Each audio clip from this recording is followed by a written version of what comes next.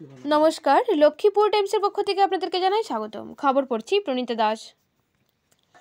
সোমবার আনুষ্ঠানিকভাবে পয়লাপুলে ধান ক্রয় কেন্দ্রের উদ্বোধন করলেন রাজ্যের খাদ্য ও অসামরিক সরবরাহ বিভাগ, খনি ও খনিজ বিভাগ এবং বরাক উপত্যকা উন্নয়ন বিভাগের মন্ত্রী তথা লক্ষ্মীপুরের বিধায়ক কৌশিক রায়। তিনি ফিতা কেটে ধান ক্রয় কেন্দ্রের উদ্বোধন করেন। উদ্বোধনের পর সভায় বক্তব্য রাখতে গিয়ে তিনি বলেন, কৃষকদের আয় বৃদ্ধির উদ্দেশ্য নিয়ে মুখ্যমন্ত্রী ডক্টর হিমন্ত বিশ্ব শর্মা রাজ্যের 2021 সালে ধান ক্রয় কেন্দ্র চালু করেছেন। কৃষকরা ধান উৎপাদন করে রাজ্যে বাজারে বিক্রয় করলে তাদের পরিশ্রম অনুযায়ী ধানের মূল্য না পাওয়াতে কৃষকদের লোকসানের মুখ দেখতে হচ্ছে। বাজারে বর্তমানে প্রতি কুইন্টাল ধানের মূল্য 18 থেকে 1900 টাকা, কিন্তু সরকার কৃষকদের কাছ থেকে প্রতি কুইন্টাল ধান এবছরে ক্রয় করেছে 2300 টাকায়। এই সরকারি কেন্দ্রে ধান বিক্রি করলে কৃষকদের লোকসানের পথে যেতে হবে না, বরং লাভের মুখ দেখবেন কৃষকরা।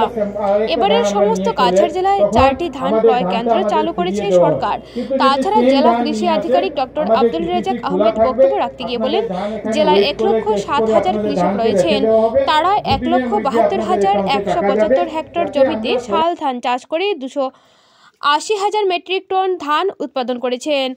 সরকারের পক্ষ থেকে কৃষকদের মধ্যে উন্নত মানের বীজ বন্টন করা এবার ধান উৎপাদনে বৃদ্ধি হয়েছে।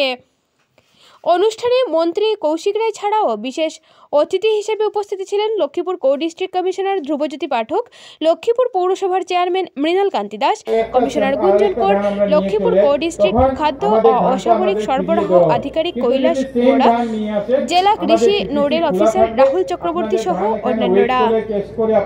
অনুষ্ঠানটি সঞ্চালনা করেন লক্ষ্মীপুর জনসংযোগ বিভাগের কর্মী রসেন্দ্র চাষা।